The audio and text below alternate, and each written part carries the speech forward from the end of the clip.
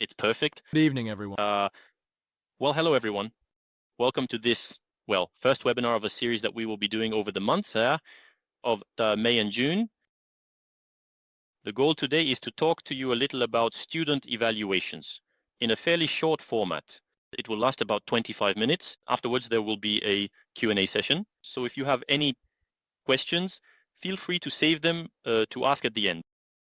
And then the idea with this webinar is to present to you, the different ways we use student evaluations, in relation to everything we've seen on the Challenge Me platform, to be able to, share a little bit of these different approaches. This is not going to be a technical webinar. It will be more of a webinar with a pedagogical approach on how, with student evaluations, we can engage students and implement activities. And we will also see that we can achieve a number of objectives. So that's the first one. Then afterwards, if you are interested in certain use cases, feel free to sign up as well. Next week, there will be best practices for student evaluations. And then afterwards, we will focus on certain use cases where we will also show, on the platform, how it works to create these activities.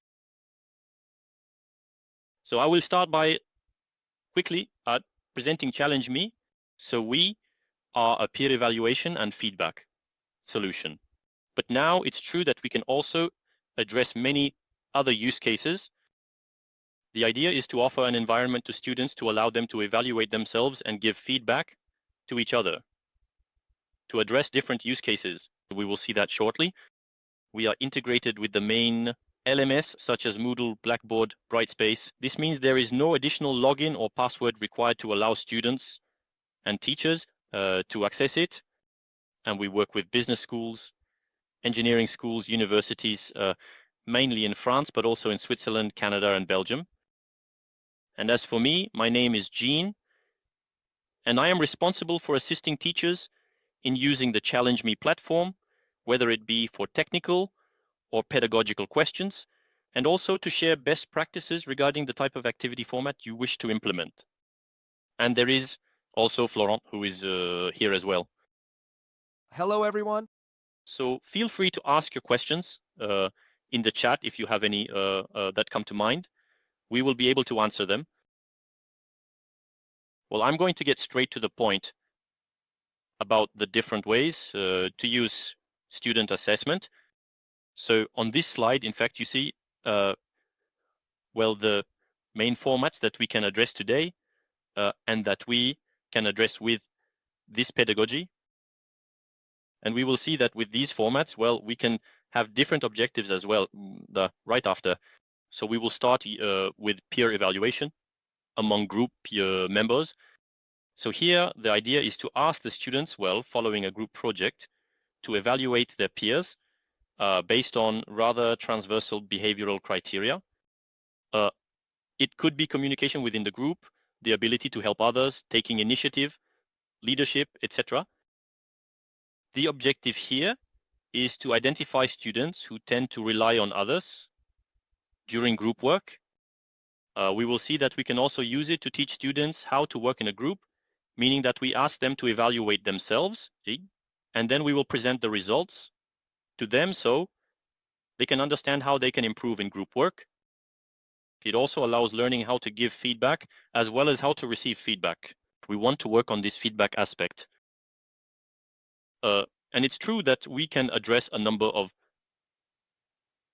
It's a format that can be used quite easily and lends itself to many cases, since group work involves a lot of teachers and students. And it's true that it can be useful in many cases. Next, we will have peer evaluation of work. So here, we ask students to evaluate their peers directly on their contribution to group work. Here, we ask them to evaluate deliverables submitted by other students, other groups, it depends on the format. So basically, the student will submit their work and then be asked to evaluate and provide feedback on the work of others. And at the end, they will be able to review their results, including the grades and feedback they have received. Here, it can help to advance students with evaluation and feedback.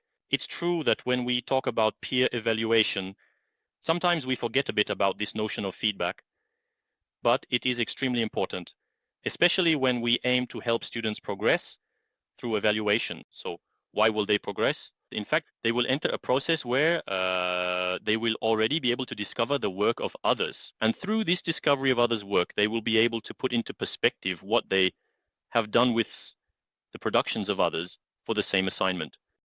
So they can realize what works well, what works less well, and draw inspiration from it to progress. So already just this discovery will allow students to progress. Then we will ask them to give feedback and evaluate the work of others. So they will have to follow the rubric that was provided beforehand. That was defined by the teacher.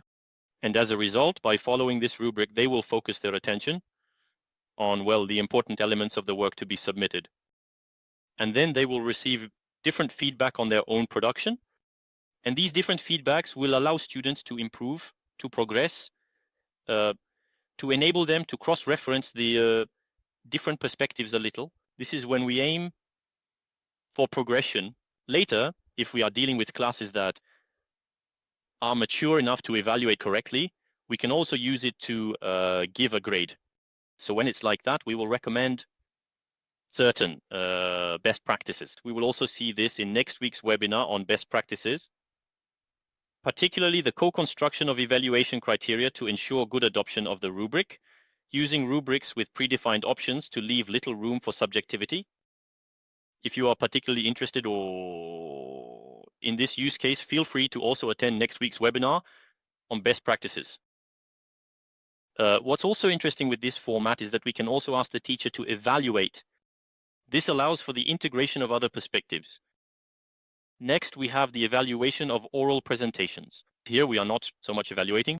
We are still, if we consider that the deliverable is the oral presentation performance, we can say it's an evaluation of the deliverable, but we are more evaluating a presentation made by our students. I say a presentation, but it can also be a performance. We see PE teachers, for example, who will also use peer evaluation to allow students to give feedback about to others on a sports performance, for instance.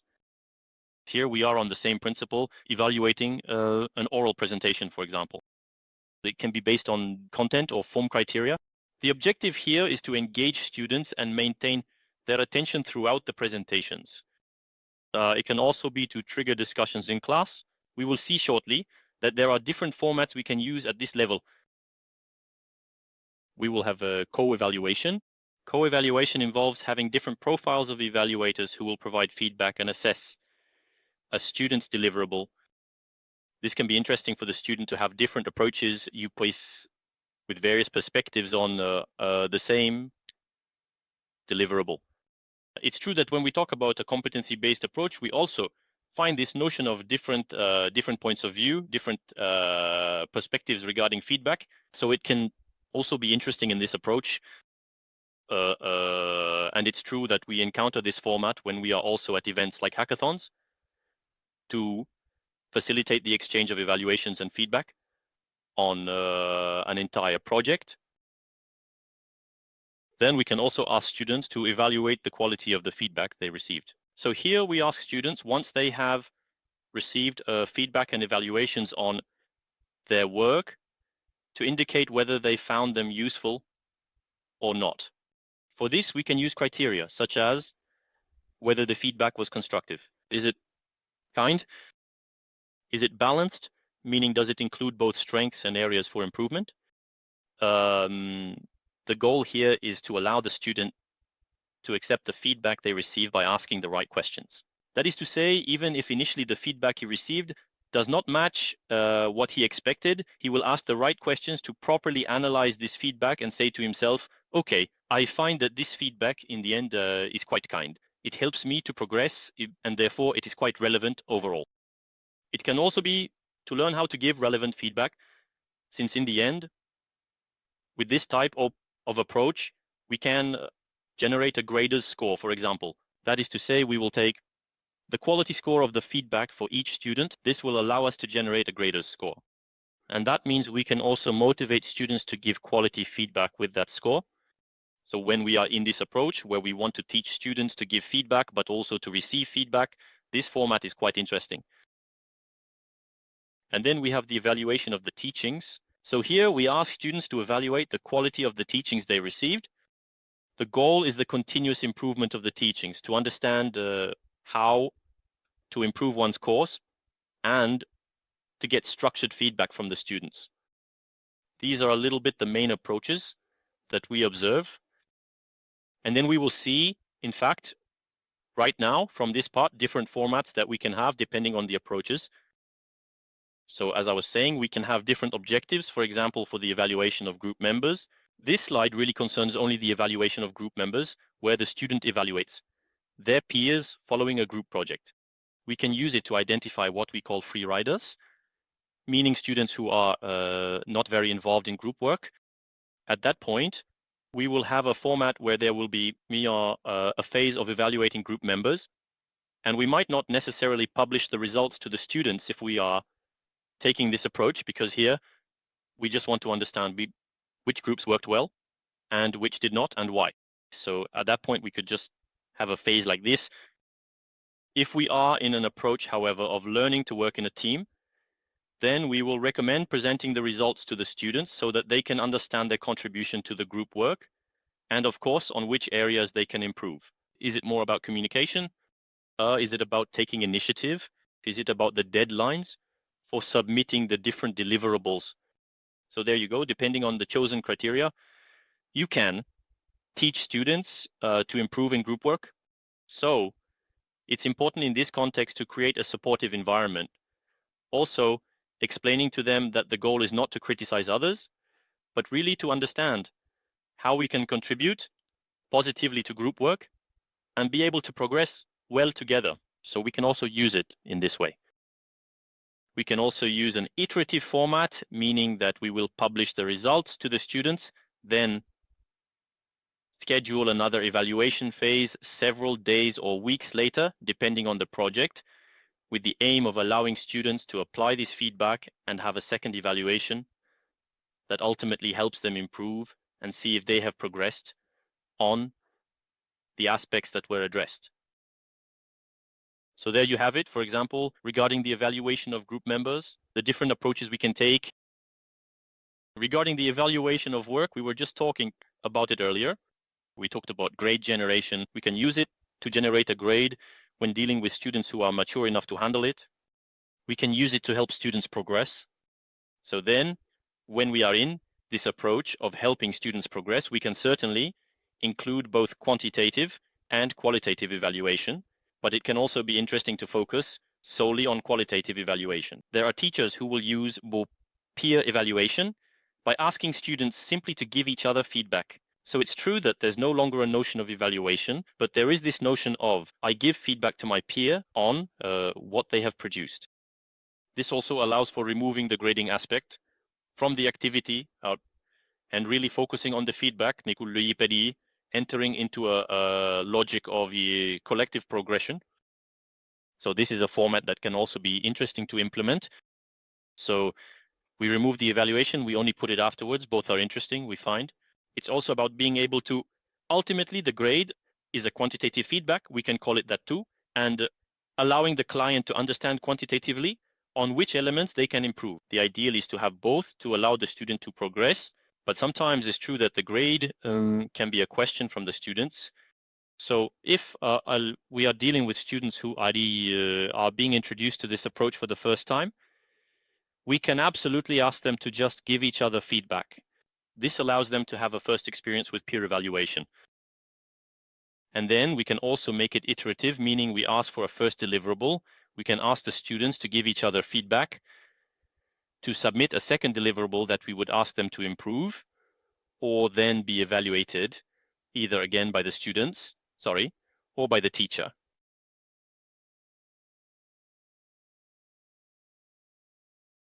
We now move on to the evaluation of oral presentations. So we can use it to maintain the students' attention. That is to say, we ask the students, while others are presenting at the board, to evaluate these students on content criteria for form criteria. It depends on what we want to have evaluated. And then by asking them to evaluate, it will allow us to maintain the students' attention as the presentations progress, especially during sessions where there are many presentations, as attention can naturally wane a little. Here we will maintain this attention with this format. We have received feedback that some teachers use it to initiate discussions in class. So at that point, they will conduct peer evaluations during the presentation and then highlight certain feedback that was exchanged during the evaluation and ask the class if they find this feedback useful or not, if they find it relevant and why. And as a result, we use it as a basis to then trigger discussions during class. So indeed, it can be quite interesting to have this case to really ultimately use this pedagogy in the facilitation of a class or a course. And then later we will see that with Challenge Me, we can do it. We can do it with an asynchronous format, meaning we can ask to submit videos and evaluate those videos if we cannot conduct presentation evaluations during class. If from an organizational standpoint, it's not possible, we can certainly use video submissions to conduct this type of format asynchronously. Then we also talked about co-evaluation. Here I have an example, like for instance, to encourage self-reflection. The idea here is to allow the student to produce, to submit a deliverable or perform a task, whatever it may be, to have a basis on which they will be evaluated. We will ask them to self-evaluate, to assess how they judge their performance on what they were asked to do. And then we will ask the teacher to evaluate that performance. So it's true that when we are always in the competency-based approach, we can find this format a little bit where we ask the student to self-evaluate, then have a validation of this self-evaluation by the teacher. It's true that with this pedagogy, it's definitely something we can implement. Afterwards, we could certainly imagine a self-evaluation at the beginning and at the end. Here in this format we are presenting to you, we ask the student to self-evaluate, then their grade is adjusted by the teacher. This also allows them to compare their self-evaluation with what the teacher thinks. Then we can also have in co-evaluation different assessments and feedback from various profiles of evaluators. Here, we request a submission of work. These works are evaluated by teachers, students, and professionals, which allows the student to cross-reference perspectives to better understand and see how to progress on the initially defined instructions or the skills being addressed. Similarly, in the competency-based approach, we could very well also imagine self-assessments at certain times to allow the studentee to position themselves and have a critical reflection on how they have developed their skills throughout a project. We come to the evaluation of the quality of the feedback received. So we can have two approaches on this again. Teach students to give and receive feedback. For this, we have a submission of work, an evaluation, and feedback on the work. Then we will add a step where we ask the student to reflect on the quality of the feedback received. So there they will have their different feedbacks presented, and we will ask them, did you find this feedback kind, relevant, constructive, balanced? And the student will be able to have a real reflection on this feedback to better take it into account and then improve in this skill of knowing how to give feedback. It's true that this is a skill one might want to develop, especially for students who will later hold managerial positions. Knowing how to give feedback to your team, knowing how to receive feedback. And it's true that this step is quite interesting when we want to develop this skill in students. And it's a phase that will really allow the student to develop their critical thinking on these different feedbacks. And then we can also generate a greater score. So for that, we will take the different criteria for feedback quality. And then based on the scores that students have given to others, we will be able to generate a greater quality score like this. Afterwards, it can be interesting to mix, for example, the evaluation of work and then the evaluation of the quality of feedback to have a final score that is ultimately a bit of a mix of both. to specifically motivate students to provide feedback that is considerate, relevant. And then afterwards, well, the evaluation of the teachings. Here we ask the students, following the teachings and courses received, to evaluate the quality of these teachings. So for that, we can have structured grids to allow the student to provide feedback that is qualitative and can be used later by the teachers. Then depending on the formats, the idea here with Challenge Me is also to facilitate this implementation. So for that, if you are interested in this use case, don't hesitate to contact us. We can present all of this to you as well. Okay. I'll just move on to one last slide to quickly talk about Challenge Me and what's next. Because at Challenge Me, we will be able to support the various use cases you just saw to implement them easily. In fact, we have a phase system that we will present to you in the upcoming webinars, where we can have turnkey models with submission and evaluation of work, for example, or evaluation of group members. And we can also create our own customized scenarios. If you are interested in these formats, don't hesitate to check out the upcoming use cases. I'm reaching the end of this presentation. So as I mentioned, this is a fairly quick presentation. The goal is not to make the formats too long, but really to get to the essentials in 25 minutes. So here we were in this first session, which was about the different ways to use student evaluation. Next week, we will talk about best practices. So how do we implement peer evaluation by students? What needs to be prepared in advance? What formats will we recommend during the evaluation? And then how will we utilize the results afterwards? So feel free to sign up if you wish to see all these elements. Now, if you have any questions, feel free to unmute your microphone or type your questions directly in the chat so we can answer them. I have just a small comment to make with a few additional details that I think are important. Yes. Hello. But I think it will be more relevant next week. All right. If you ask my students what they thought, there are some, those who are serious, who were a bit frustrated because they told me that for reasons of loyalty, they found it difficult to give negative feedback because if they were in a group of 5, for example, and if there are 3 who are not very serious, but who are friends with the other 2, you immediately know who gave the bad feedback. And these students do not see the positive interest of the feedback at all, even if it's negative, whereas in fact, it's really something to improve, but they are not interested. What interests them is the grade. And I think there's also a maturity issue. But I even see it in master's students who are offended by feedback that is constructive but negative. So they don't dare too much. So that's really a concern I have. There you go. And then the tension in class, it's very complicated. We tell them, I even tell them that there's a 10% bonus if the group gives constructive feedback. So a group grade of 12 can become a grade of 10 or 14, but they're still on their phones. I think they don't actually realize they're so absorbed by their phones that they don't even realize anymore that it's an addiction. So there you go. Those are the 2 issues I have a bit. But, well, we'll see about that next week, I think. All right. Okay. So indeed, we will really talk about best practices for next week on how to implement an evaluation and the things to promote, as well as what to do beforehand with the students to allow for better engagement.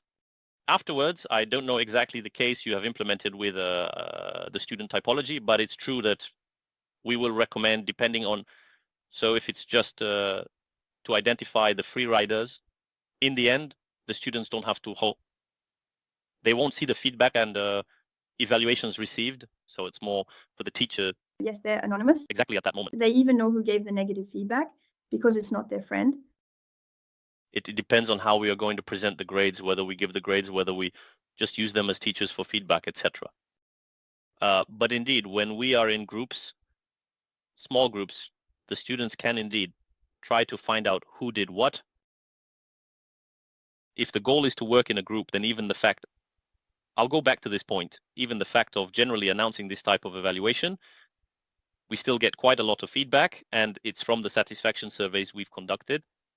We see that this type of format is very appreciated by the students because in fact there is a preventive effect that takes place since, well, the fact that the students know there will be this type of evaluation, they will be engaged, so naturally more involved in the types of work. And moreover, if we share with them the evaluation criteria on which they will be assessed, it also allows them to understand.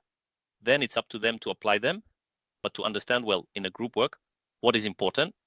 And consequently, they will realize that it's not just the quality of the work to be done, but there is communication, the fact of distributing tasks fairly, being on time, etc.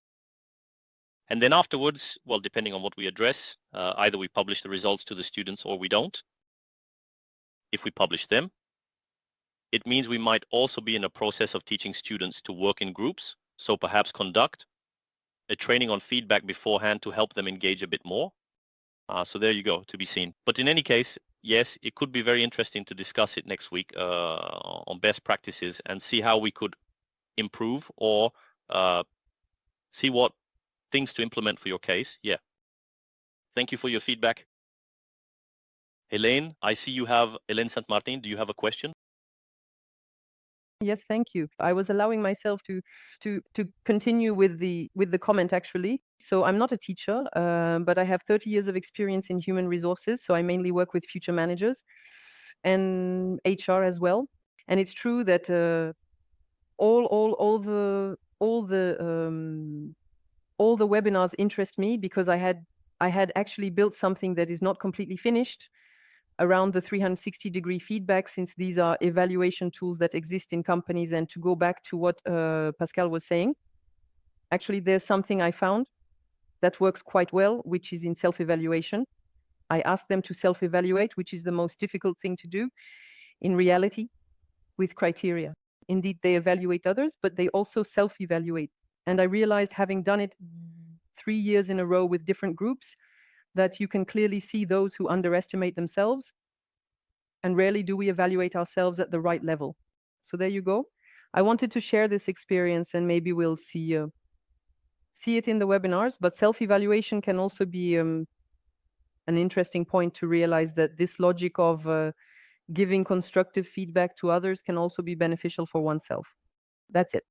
It's true that, thank you for your feedback, Helene, because, well, I have indeed, we'll see it next week, but we are going to systematically include a self-evaluation in an intergroup assessment, because it's true that the comparison afterwards and the work done by the students or even by those in a company, being able to compare, to apply the criteria to oneself that we must use on others, also allows for self-reflection on the part of these students. And additionally, for the teacher, it's interesting, and it also allows for comparing how the person positions themselves within the group and how they are perceived by others.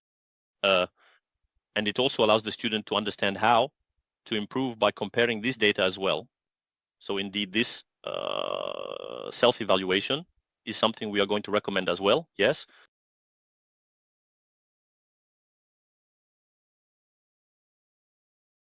Were there any other questions? Feel free.